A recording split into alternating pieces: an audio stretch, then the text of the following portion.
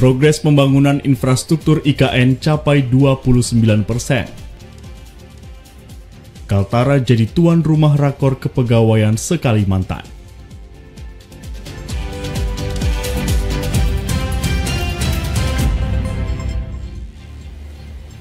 Assalamualaikum warahmatullahi wabarakatuh. Selamat sore saudara. Langsung dari studio TVRI Kalimantan Timur hari ini kembali hadir menyapa Anda untuk edisi hari ini Sabtu 3 Juni 2023 bersama saya Deden Saputra. Dan saya Aisy Gunadi. Selama 60 menit ke depan kami telah menyiapkan beragam informasi dari wilayah Kalimantan Timur dan Kalimantan Utara. Inilah Kalimantan Timur hari ini selengkapnya.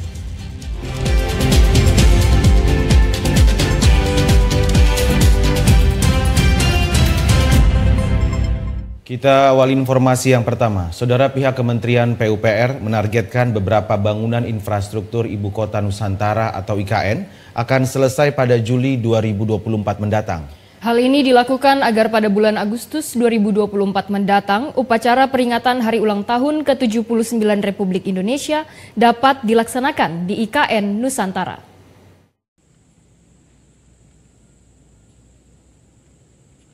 Progres pembangunan infrastruktur di IKN Nusantara telah mencapai 29%. Kementerian Pekerjaan Umum dan Perumahan Rakyat Kemen PUPR menargetkan beberapa bangunan akan selesai pada Juli 2024.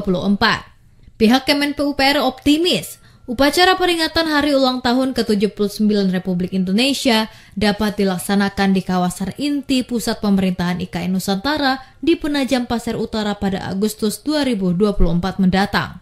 Sejumlah bangunan yang sudah dalam tahap penyelesaian diantaranya Kantor Presiden, Kantor Menko Polhukam, Menko Perekonomian, Menko Marves, Menko PMK, dan Kementerian PUPR. Selain itu, sejumlah pembangunan jalan tol juga telah mencapai tahap pengerasan. Sementara progres pembangunan infrastruktur air, yakni Bendungan Sepaku Semo yang akan berfungsi sebagai penyedia air baku dan pengendalian banjir, telah mencapai 91%. Saat ini terdapat 75 paket pekerjaan infrastruktur di IKN Nusantara. Sebanyak 36 paket sedang dalam proses pengerjaan, sementara sisanya akan dimulai pada bulan Juli 2023. Tim redaksi TVRI Kalimantan Timur melaporkan. Saudara, Kantor Regional 8 Banjarmasin menunjuk Kalimantan Utara sebagai tuan rumah pelaksanaan rapat koordinasi kepegawaian se-Kalimantan tahun ini. Rapat koordinasi direncanakan akan dilaksanakan pada 12 Juni mendatang.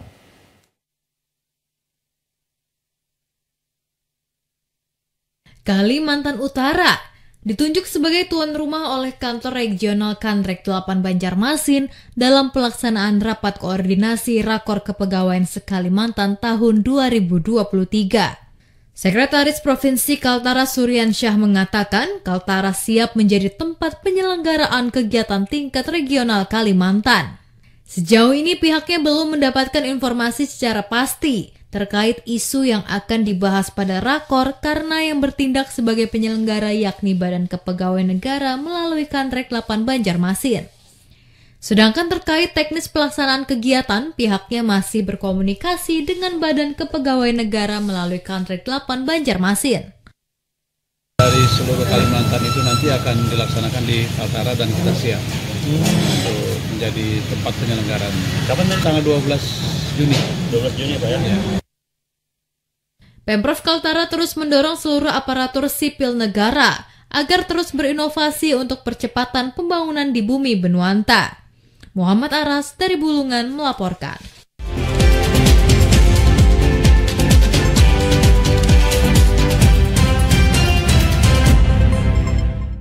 Saudara, wacana pemerintah daerah untuk menutup jembatan Sambaliung masih terus diupayakan. Namun penutupan jembatan kembali gagal lantaran antrian kendaraan yang memenuhi badan jembatan terus meningkat.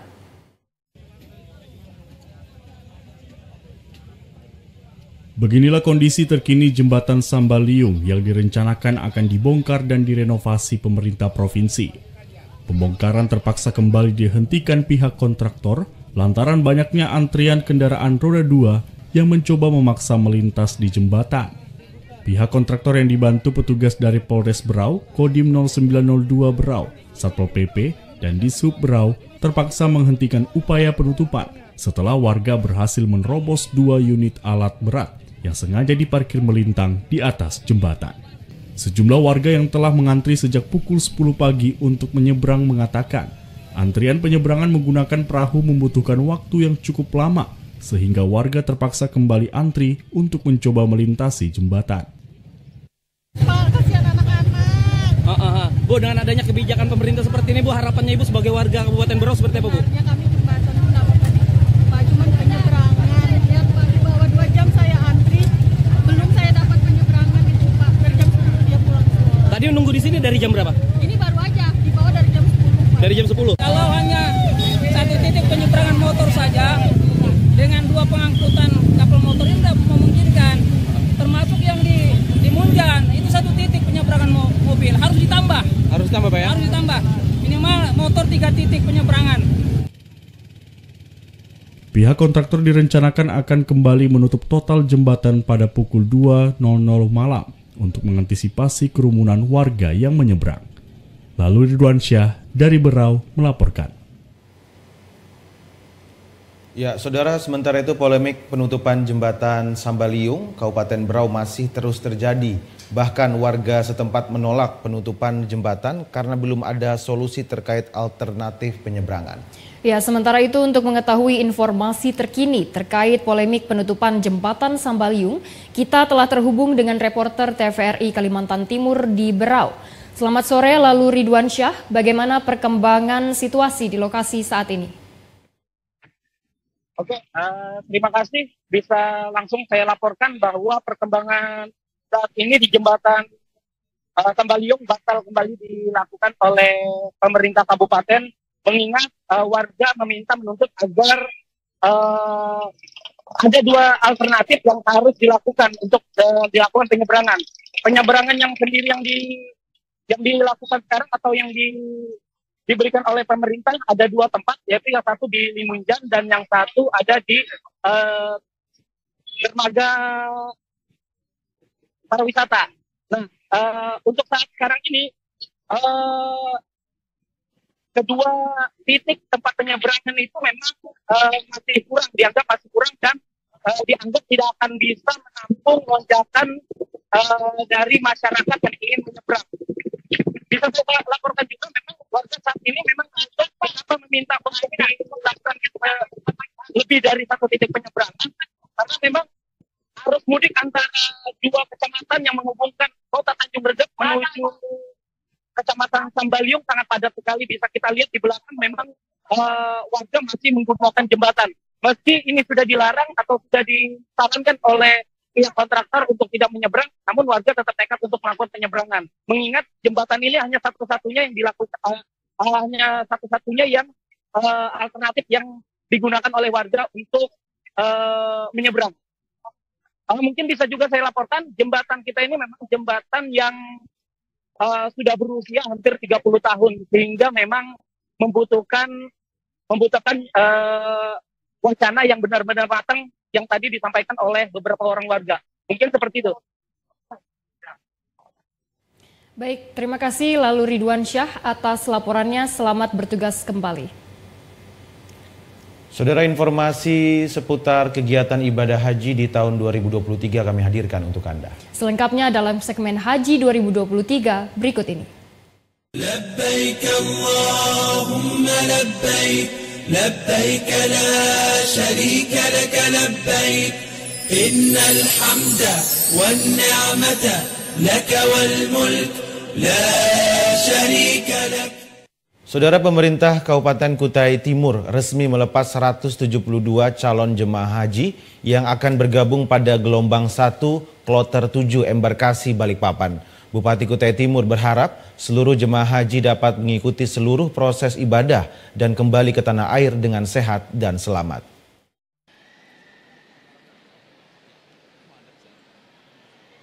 Pemerintah Kabupaten Kutai Timur melalui Panitia Penyelenggara Ibadah Haji Daerah PPIHD memberangkatkan 172 calon jemaah haji JJH yang terdiri dari 74 laki-laki dan 93 perempuan. Dari jumlah itu terdapat kategori prioritas pada usia lanjut dan jemaah pengguna kursi roda. Kepala Kemenak Kutim Mulyadi Mugeni mengatakan, jemaah Kutim yang masuk pada gelombang 1 kloter 7 embarkasi Balikpapan akan bergabung dengan 34 jemaah asal Samarinda dan 88 jemaah asal Kutai Kartanegara.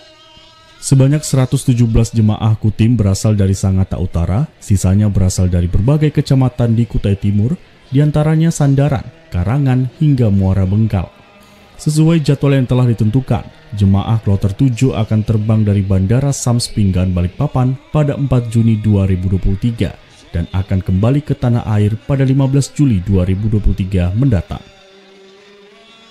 Kita juga mohon doa kepada mereka untuk pertama masyarakat Kutai Timur diberikan kesehatan terus, dijaga kesehatannya oleh Allah. Kemudian Kutai Timur juga dilindungi dari mara bahaya, bencana, musibah dan sebagainya. Ya, dan karena di sudut-sudut di mana Makkah dan Madinah itu semua tempat yang sangat mustajab untuk berdoa. Sementara itu Bupati Kutai Timur Ardiansyah Sulaiman mengatakan JJH diimbau untuk selalu menjaga kesehatan agar dapat mengikuti seluruh proses ibadah haji dan kembali ke tanah air dalam keadaan sehat, selamat, dan meraih haji yang mabrur. Pukul 6.35 insya Allah menuju Madinah Al-Munawwarah dan tiba di sana perkiraan waktu Indonesia, waktu Saudi Arabia ya, pukul 14.30 insya Allah. Nah, jamaah kita ada yang lansia tadi berjumlah 5 orang, kemudian yang menggunakan kursi roda berjumlah 12 orang dari 294 jamaah haji kloter 7 embarkasi Balikpapan. Kami mohon doa mudah-mudahan jamaah haji ini selalu dimudahkan, dapat melaksanakan ibadah dan dapat menjadi haji yang mabrur. Insyaallah. Berdasarkan data Sistem Informasi Haji Kementerian Agama RI, hingga tahun 2023 telah terdaftar 5.702 calon jemaah haji asal Kutai Timur dengan estimasi keberangkatan pada tahun 2046 mendatang atau masuk masa tunggu selama 34 tahun. Gunawan dari Kutai Timur melaporkan. Kementerian Agama Provinsi Kalimantan Timur mengimbau calon jemaah haji untuk tetap mengutamakan kesehatan selama menjalankan ibadah haji. Pemerintah juga telah memberikan sejumlah peningkatan layanan sehingga calon jemaah haji dapat menghemat waktu dan tenaga.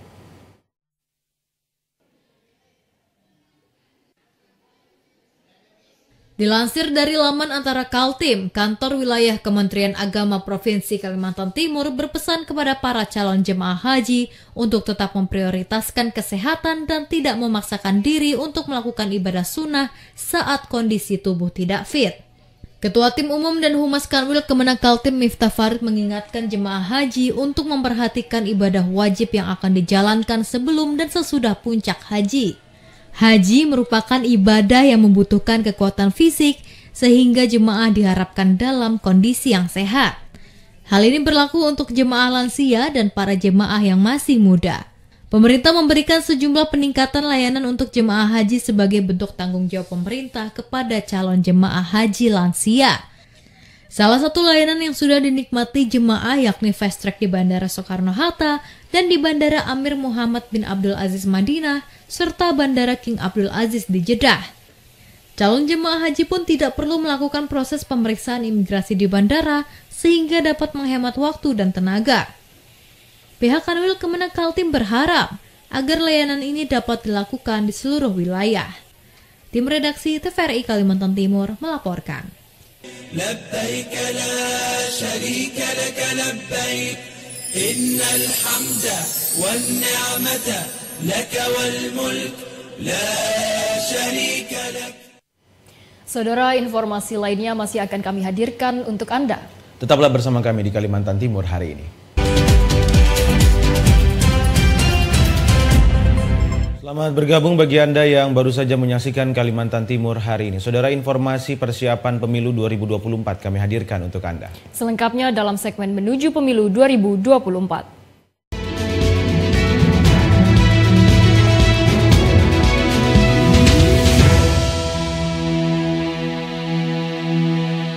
Saudara, Badan Pengawas Pemilu Bawaslu Nunukan menemukan indikasi 2 orang camat yang melanggar aturan pemilu.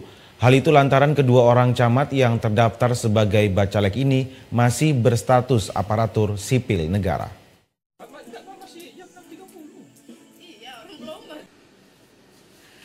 Dua orang camat yang berstatus aparatur sipil negara atau ASN di Kabupaten Nunukan, Kalimantan Utara terdeteksi mendaftar sebagai bakal calon legislatif atau bacalek.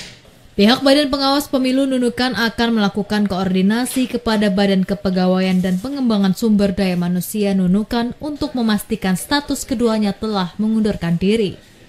Ketua Bawaslu Nunukan Muhammad Yusran mengatakan, ASN wajib mengundurkan diri dari jabatannya apabila ingin mendaftar bacalek di pemilu 2024 sebelum penetapan daftar calon tetap atau DCT. Salah satunya yakni harus mengundurkan diri dan pengunduran diri tidak dapat ditarik kembali. Dalam proses pengajuan menjadi bacalek, bacalek yang berstatus sebagai ASN perangkat desa harus menyerahkan keputusan pemberhentian atas pengunduran diri yang diterbitkan pejabat yang berwenang pada saat melakukan pengajuan. Meskipun di dalam putusan MK ya nomor 41 di tahun 2014 ada amar putusan yang menjelaskan bahwa ASN itu nanti baru mundur pada saat ditetapkan menjadi calon.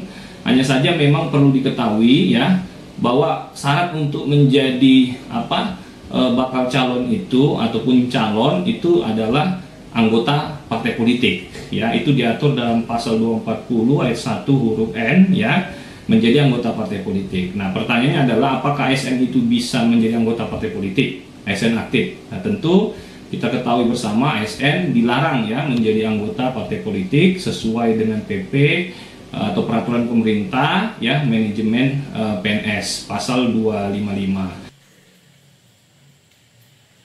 Lantaran terdaftar sebagai bacalek, posisi camat akan digantikan pelaksana tugas yakni sekretaris camat untuk menjamin pelayanan di kantor kecamatan tetap berjalan. Ahmad Albar dari Nunukan melaporkan. Demi menyukseskan pelaksanaan tahapan pemilu 2024, KPU Kaltim menggelar sosialisasi tatap muka dan media gathering.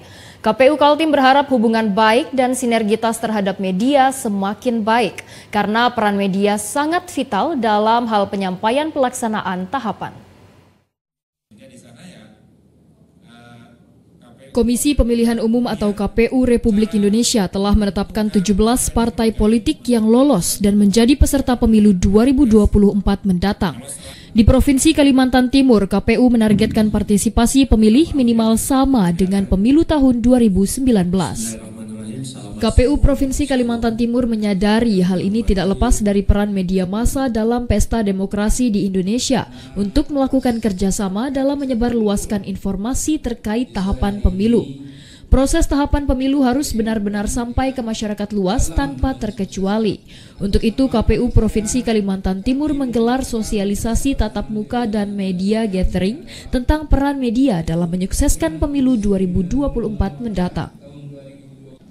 Komisioner KPU Provinsi Kalimantan Timur Bidang Hukum dan Pengawasan Fahmi Idris mengatakan tujuan kegiatan ini agar media massa sebagai penunjang dan penyampaian informasi kepada masyarakat terkait tahapan yang dilakukan oleh KPU Provinsi menjelang pemilu 2024. Fahmi Idris juga menegaskan peranan media dalam mendukung keberhasilan penyelenggaraan pemilu 2024 sangat dibutuhkan. Memang selama ini media sudah berperan sangat baik untuk menunjang pelaksanaan tahapan yang kita lakukan. Kedepannya kita berharap lebih baik lagi, lebih sinergi lagi, dan lebih maksimal lagi agar tujuan-tujuan kita ya terkait dengan kepemiluan itu bisa tercapai. Yang pertama, tujuan tingkat partisipasi bisa meningkat khususnya di Kalimantan Timur. Yang kedua adalah tujuan terkait dengan tahapan-tahapan yang sedang kita lakukan. Itu masyarakat bisa tahu dan masyarakat juga bisa mengetahui secara lebih lengkap terkait apa yang sedang kita lakukan. Itu kalau di KPU peran media itu sudah sangat-sangat luar biasa. Kita tidak bisa ya melaksanakan kegiatan mencapai tujuan kita terkait dengan keberhasilan kepemiluan tanpa peran media.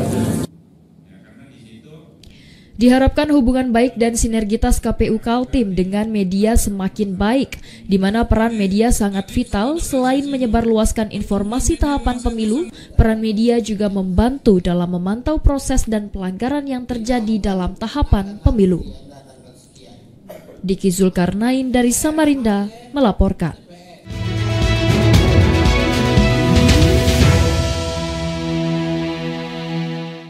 Kita beralih ke informasi lain. Saudara, alokasia termasuk tanaman hias favorit para pecinta bunga. Harganya cukup terjangkau untuk beberapa jenis tertentu. Memiliki daya tariknya yang eksotik. Beberapa jenis alokasia memerlukan perhatian dan perawatan khusus. Untuk menjaga penampilannya, tanaman ini perlu dirawat sebaik mungkin. Berikut informasi selengkapnya untuk Anda.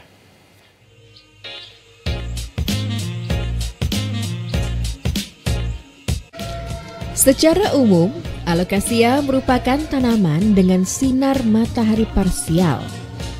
Ada jenis yang mampu beradaptasi dengan sinar matahari langsung, ada juga jenis yang menyukai tempat teduh. Tanaman hias ini memiliki varian cukup banyak, jumlahnya mencapai lebih dari 70 jenis. Penemuan spesies baru alokasia masih berlangsung, sehingga diprediksi terus bertambah. Habitat alokasia adalah daerah tropis dan subtropis di Asia, Oseania, dan Amerika Selatan. Kendati berasal dari Amerika Selatan, tanaman ini tumbuh dari India sampai Taiwan, Indonesia, hingga Cina. Fandi, seorang petani muda tanaman hias, menjelaskan ketertarikannya untuk membudidayakan alokasia bermula dari kegemarannya terhadap tanaman hias ini karena memiliki tekstur tulangnya jelas dan tegas. Selain memiliki varian sangat beragam, alokasia berkembang dari hutan Kalimantan sehingga sesuai dengan karakteristik iklim di Samarinda. Menyalurkan hobi sih bisa dibilang. Dan di sini saya punya jenis-jenis alokasia yang awalnya sih dari hobi koleksi alokasi yang lain. Kemudian tahun lalu sih sebetulnya alokasia ini menjadi salah satu endemik di hutan Kalimantan itu sendiri. Karena dengan warna, kemudian corak, kemudian bentuk yang eksotis, itu benar-benar menarik antusias pecinta-pecinta tanaman. Fandi menambahkan, media tanam pada bonggol alokasia harus memiliki kemampuan meniriskan air seperti andam, sekar bakam, dan dicampur kompos.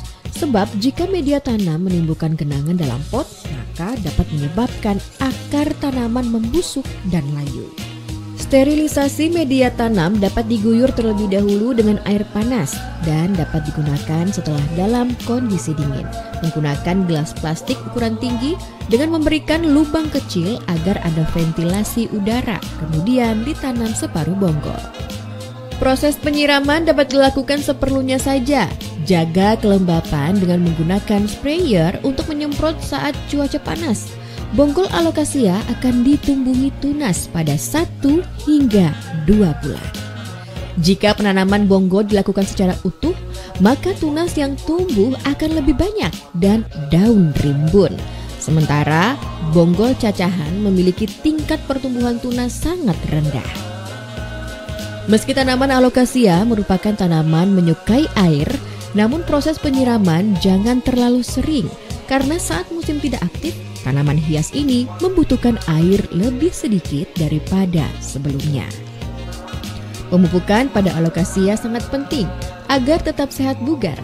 Pupuk lambat urai berbentuk butiran-butiran kecil dapat ditaburkan pada permukaan media tanam. Cara ini efektif menutrisi sampai 4 hingga 6 bulan.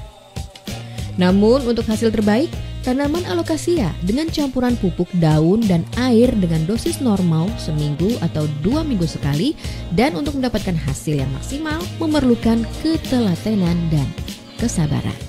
Silakan. Penyiraman untuk alokasia di sini karena alokasia itu suka sekali dengan media, bisa dibandingkan yang poros lah daripada yang basah atau becek. Karena bisa dibilang nih tidak suka dengan air. Meskipun untuk kondisi lingkungannya, kalaupun memang sudah musim kemarau, kita bisa siram di sini alokasia itu seminggu bisa dibilang 1 kali saja sih. Nah, kalaupun musim penghujan, kalau saya letakkan di indoor, ini justru saya nggak pernah siram. Kalaupun musim penghujan, karena di sini untuk tempat saya gunakan paranet sih. Yang jelas dia tidak kena hujan secara langsung. Jadi benar-benar air yang didapat tuh tidak terlalu overwater. Pemangkasan dilakukan pada pangkal tangkai daun. Gunakan gunting atau pisau yang tajam agar pemotongan tidak menimbulkan hal buruk pada tanaman atau menggoyangkan bagian akarnya. Di alam bebas, alokasia diperbanyak secara generatif atau biji. Dilakukan dengan bantuan musang dan burung. Sementara untuk pembibitan dan memperbanyak tanaman, petani melakukannya dengan proses penyemaian selama 1 minggu.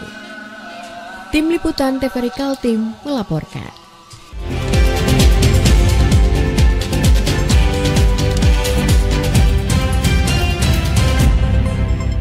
Saudara, menjelang Prapon 2023, Kaltim gelar Selekprov angkat besi. Selengkapnya dalam segmen olahraga.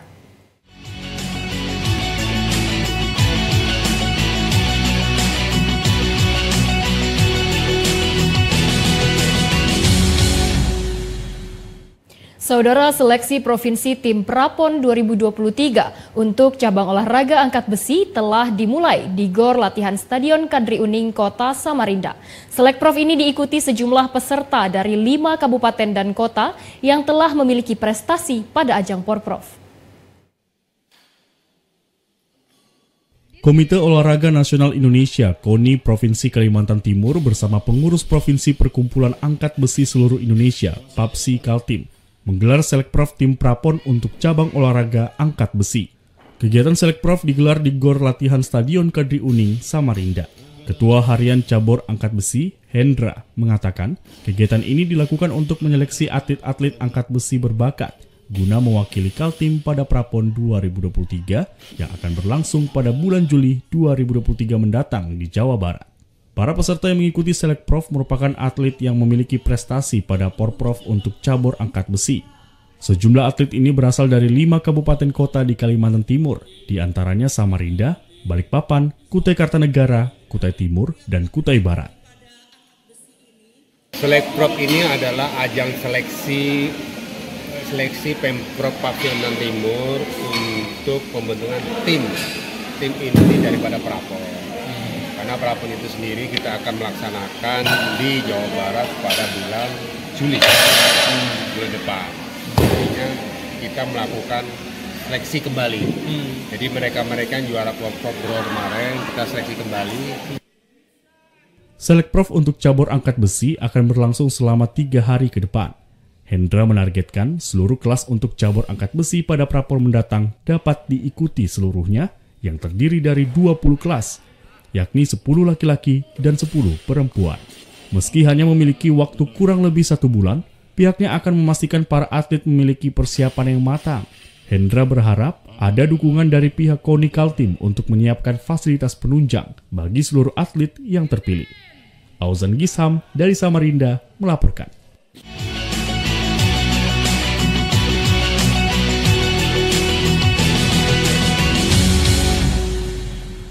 Saudara, sesaat lagi kami hadirkan informasi mengenai melestarikan batik Kutai. Tetaplah bersama kami di Kalimantan Timur hari ini.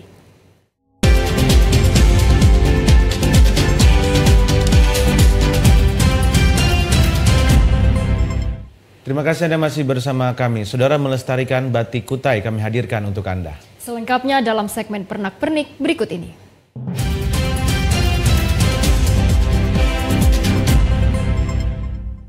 Saudara, batik Kutai memiliki berbagai keunikan motif dan ciri khas yang mencerminkan kekayaan seni budaya daerah khususnya Kutai Kartanegara.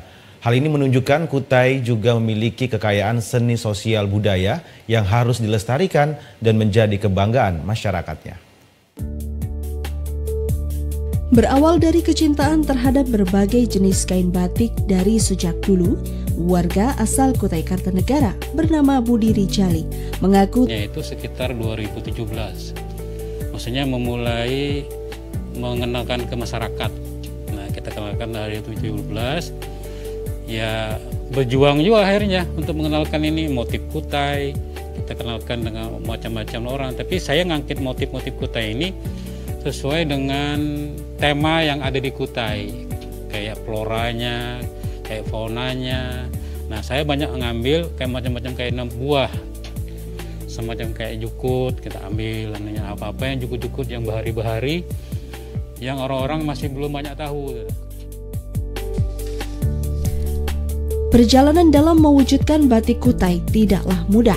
Dengan didukung berbagai pihak, Budi Rijali berupaya mencari berbagai bahan, menggali informasi, dan mencari literatur tentang kebudayaan Kutai di segala tempat dan media, hingga harus berkonsultasi dengan sesepuh Kesultanan Kutai untuk menemukan anasir yang paling tepat untuk dilukiskan menjadi beberapa motif batik. Budi sudah mendaftarkan dan mematenkan hak cipta batik Kutai dengan harapan masyarakat dapat lebih mengenal dan menghargai desain dan motif batik Kutai sebagai salah satu bagian kekayaan budaya Indonesia.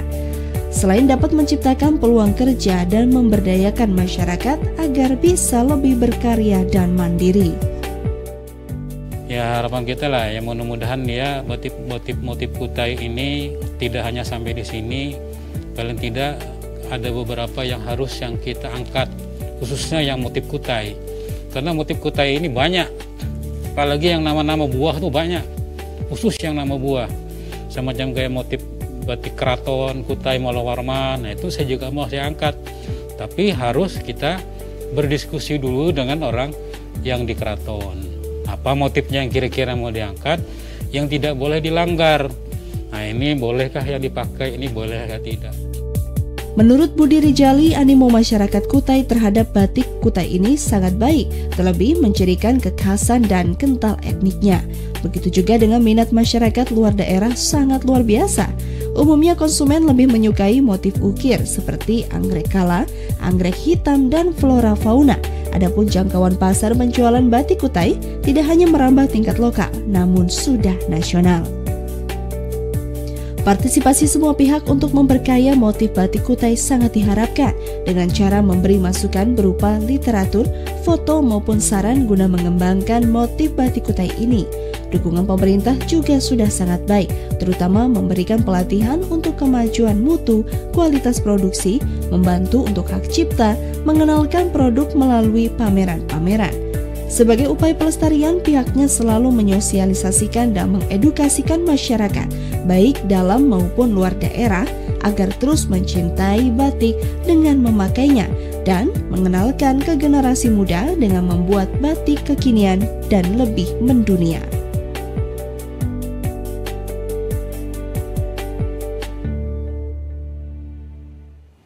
Saudara, reka ulang peristiwa sejarah tidak hanya dilakukan oleh pelaku peraga yang tergabung dalam komunitas reenactment. Di masa pandemi, diorama militer menjadi salah satu cara untuk tetap beraktivitas di rumah, di samping mempelajari sejarah dengan lebih menyenangkan dan melatih kesabaran.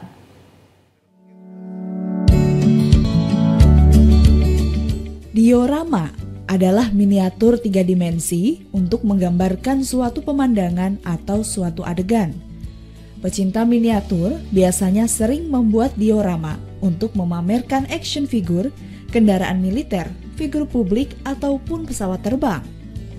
Hal itu mendasari Muhammad Abdi Irawan atau biasa dipanggil Wawan Hasim, salah satu petinggi di salah satu bank daerah di Kaltim, menggeluti hobi diorama militer.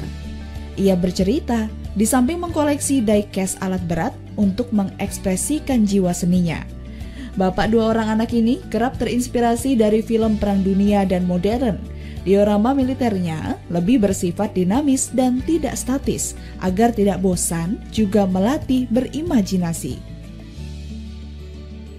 Wawan menjelaskan tingkat kesulitan dalam pembuatan diorama berasal dari bahan, ornamen, serta konsepnya, karena tidak sedikit koleksinya didatangkan dari luar negeri. dengan bahan berbeda namun memiliki kesamaan skala. Untuk seni diorama, seorang perakit figur harus mampu mempersiapkan skenario cerita, menunjuk artisnya, menentukan lokasinya, sekaligus merangkap sebagai sutradaranya. Karena di situ letak seninya sangat membutuhkan waktu tidak sebentar untuk membuat sebuah diorama bercerita dan artistik dari sisi fotografi selain sisi penataan action figure. Jadi seni diorama ini ada dua yang bisa kita nikmati. Pertama, seni dalam menyusun miniaturnya. Yang kedua adalah militer ini, menurut Wawan harus ada perhatian khusus. Sesuai dengan sejarah pernah terjadi, atmosfernya pun dipadu karakter action figure. Untuk mendapatkan miniatur action figure dan kendaraan militer serta puing-puing gedung, Wawan mencarinya hingga ke luar negeri melalui jasa online karena secara lokal variannya tidak banyak. Dalam menentukan satu tema, Wawan mengaku harus memikirkan suasana perang sesungguhnya. Ada yang instan, ada pula yang membutuhkan waktu lama jika terdapat beberapa efek pendukung dalam diorama. Chris Haryadi melaporkan. Sudah informasi dari Kalimantan Selatan dan Barat kami hadirkan juga untuk Anda. Selengkapnya dalam segmen Lintas Borneo.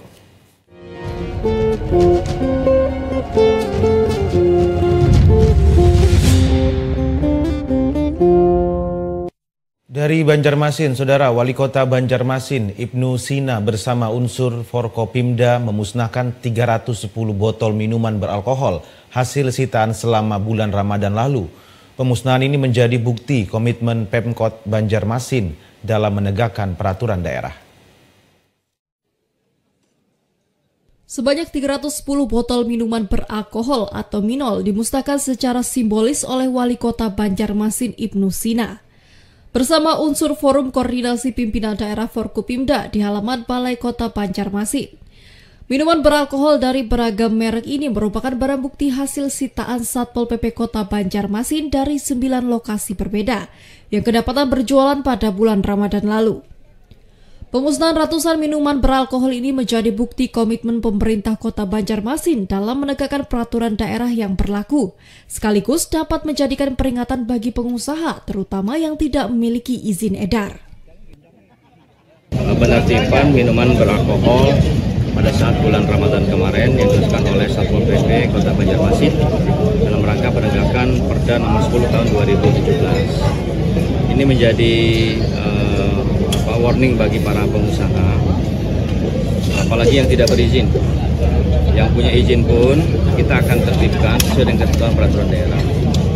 Ini dalam mekanisme pengawasan tetap kita lakukan. Kami terima kasih kepada media, masyarakat juga yang telah secara aktif juga melaporkan terkait dengan peredaran minuman beralkohol di Kota Banjarmasin. Dan sebagai bahan tambahan, ada kemarin terakhir rapat yang dipimpin oleh asisten 1 dan asisten 2, itu pengawasan untuk tindak lanjut secara lebih intensif akan dilakukan pembentukan tim. Nah, nantinya kita coba. Pemerintah Kota Banjarmasin memastikan akan terus menegakkan aturan yang berlaku, mulai melakukan pengawasan keberlanjutan hingga penindakan. Sanksi yang lebih berat pun akan dijatuhkan apabila masih didapati peredaran minol yang melanggar ketentuan yang berlaku. Tim Liputan TVRI Kalimantan Selatan melaporkan. Masih dari Kalimantan Selatan, Saudara Tim Pengamanan Hutan Dinas Kehutanan Provinsi Kalimantan Selatan bersama tim dari Kesatuan Pengelolaan Hutan KPH Hulu Sungai berhasil menyita puluhan kubik kayu yang diduga ilegal. Petugas juga berhasil meringkus 1 orang tersangka yang kini sudah ditahan di Polres Banjarbaru untuk proses hukum lebih lanjut. Dari pengamanan yang dilakukan ini berdasarkan patroli rutin yang dilakukan tim Kesatuan Pengelolaan Hutan KPH Hulu Sungai menemukan 1 unit truk fuso yang mengangkut puluhan kubik kayu yang diduga dari illegal logging. Truk diamankan di sekitar Bundaran Ketupat Kota Kandangan. Setelah dilakukan pengecekan, terdapat 20 kubik kayu habalan di atas bak truk. Tim pengamanan hutan melakukan pemeriksaan dokumen. Ternyata dokumen kayu diduga tidak sesuai dengan muatan. Kemudian dilakukan penyidikan dengan melibatkan tim pengamanan hutan Dinas Kehutanan Provinsi Kalimantan Selatan. Kepala Seksi Pengamanan Hutan Dishub Provinsi Kalimantan Selatan mengatakan, kayu berasal dari daerah Muara Komam, Kaltim, Kabupaten Pasir yang akan diselundupkan lewat jalur laut Kalimantan Selatan. Dari hasil interogasi supir truk, pemilik kayu berinisial T, tersangka merupakan warga desa Marindi, Kabupaten Tabalong. Kemudian tersangka diamankan di Polres Banjarbaru dan kini masih dilakukan pengembangan dan penyidikan lebih lanjut. Haris Setiawan menambahkan berkas perkara tersangka T masuk tahap 1 di Kejari HSS. Tersangka saat ini ditahan di Polres Banjarbaru. Untuk barang bukti itu ada 20 kubik kayu olahan jenis alaban dan truk buso. Untuk ancaman pidana paling sedikit 1 tahun, paling banyak 5 tahun. Sementara untuk dendanya paling sedikit 500 juta, paling banyak 2,5 miliar. Saat ini untuk pemeriksaan tersangka sudah, kemudian kita juga sudah menyelesaikan berkas sudah kita serahkan ke Kejaksaan Negeri Kabupaten Hulu Sungai Selatan. Kami masih menunggu petunjuk, sekaligus kami mengembangkan juga apakah masih ada tersangka-tersangka. Akibat kasus ini tersangka T diancam dikenakan pasal 88 ayat 1 huruf A junto pasal 16 Undang-Undang Nomor 18 Tahun 2013 tentang pencegahan dan pengerusakan hutan. Ancaman pidana penjara paling lama 5 tahun, subsidiar paling banyak 2,5 miliar untuk perorangan. Tim Liputan TVRI Kalimantan Selatan melaporkan. Pekan jelang Idul Adha, persediaan hewan kurban sapi di kota Banjarmasin terbilang aman. Namun beberapa pedagang masih mengeluhkan terkait lambatnya pengurusan surat dari tempat sapi berasal. Hari Raya Idul Adha diperkirakan akan jatuh pada 28 Juni 2023. Menjelang perayaan ini, para penjual hewan kurban sapi sudah bersiap. Untuk persediaan sapi kurban di kota Banjarmasin masih terbilang aman. Hewan kurban ini berasal dari berbagai macam daerah. Namun beberapa pedagang masih mengeluhkan terkait lambatnya pengurusan surat dari tempat asal sapi, sehingga membuat stok sapi terhambat masuk ke kota Banjarmasin. Kalau dengan datangnya sapi ini pasokan aman lah Pak? Aman aja. Masukannya masalahnya yang sulitnya surat-suratnya jadi agak sulit. Suratnya sebulan sekali, mau duranya nyata sebulan sekali.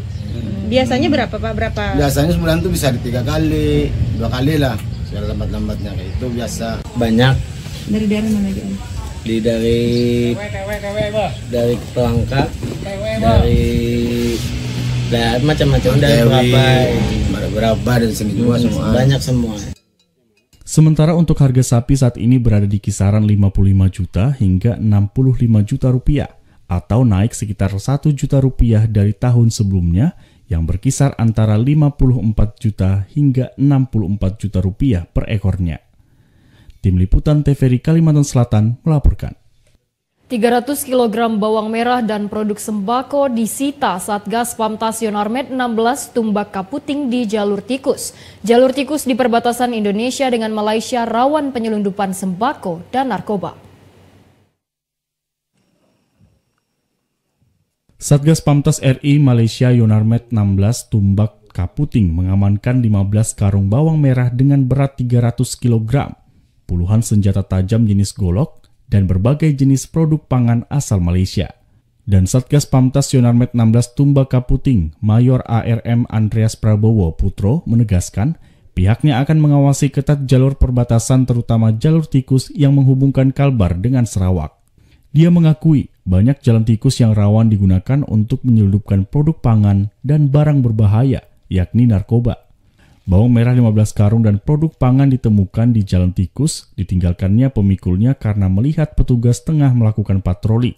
Barang-barang asal Malaysia itu diserahkan kepada instansi terkait yang ada di perbatasan untuk ditindaklanjuti. Tangkapan yang kami tangkap tadi malam maupun kemarin sore ini di sekitar Entikong, yaitu di Balai Karangan maupun di sebelah sektor kanan PLBN. Kemudian kami juga mengatensi di daerah sekitar Jagoi Babang. Karena di situ pada Satgas yang kemarin banyak ditemukan penyelundupan narkoba, termasuk mungkin di daerah Aruk, kemudian Temajuk, dan pada prinsipnya kami perintahkan seluruh prajurit. Dan Satgas Pamtas Sonarmet 16 Tumbaka Puting, Mayor ARM Andreas Prabowo Putro mengatakan, 3 hari menjalankan tugas di perbatasan Jalan Tikus menjadi fokus pengawasan di sepanjang wilayah penugasan, terutama di sektor barat. Tim Liputan TVRI Kalimantan Barat melaporkan. Saudara, cuti bersama sejumlah objek wisata di kota Singkawang ramai dengan pengunjung. Pengunjung dipastikan meningkat tajam hingga hari Minggu mendatang.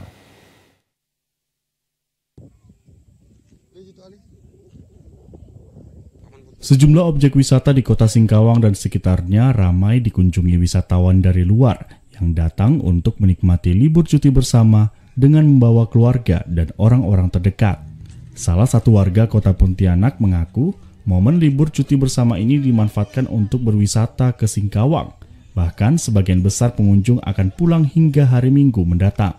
Selain menikmati wisata alam, pengunjung juga terlihat ramai menikmati wisata kuliner yang berada di pusat kota Singkawang. Ramainya pengunjung ini sudah terjadi sejak sore Jumat kemarin. Sementara itu, momen libur cuti bersama diakui sejumlah pelaku usaha penginapan mengalami peningkatan di atas 70% kara yang terisi. Momen ini sangat berdampak positif bagi perputaran ekonomi di Singkawang dalam beberapa hari terakhir ini. Tim Liputan TVRI Kalbar melaporkan.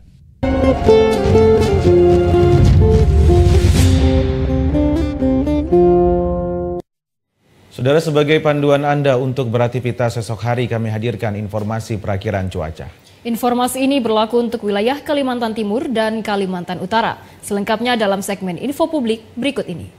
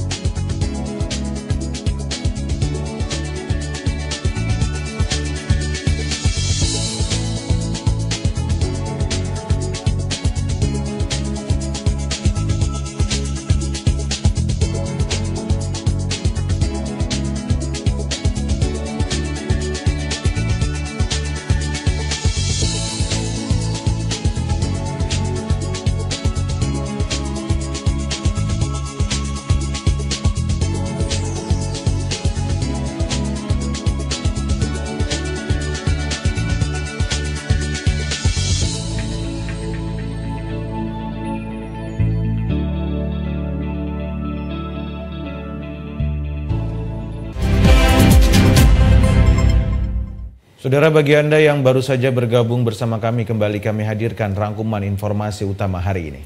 Di antaranya berita mengenai progres pembangunan infrastruktur IKN capai 29%.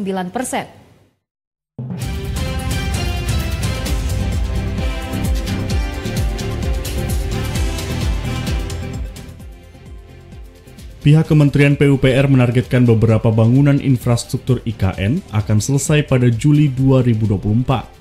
Hal ini dilakukan agar pada bulan Agustus 2024 mendatang, upacara peringatan HUT ke-79 Republik Indonesia dapat dilaksanakan di IKN Nusantara.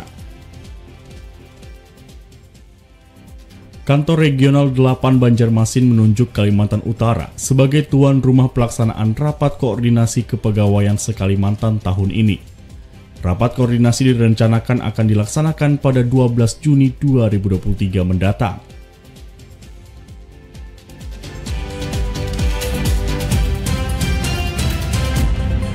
Baiklah saudara, usai sudah kebersamaan kita dalam Kalimantan Timur hari ini. Akhirnya saya Deden Saputro. Dan saya Aisy Gunadi, mewakili seluruh kerabat kerja yang bertugas, pamit undur diri dari hadapan Anda. Wassalamualaikum warahmatullahi wabarakatuh dan sampai jumpa.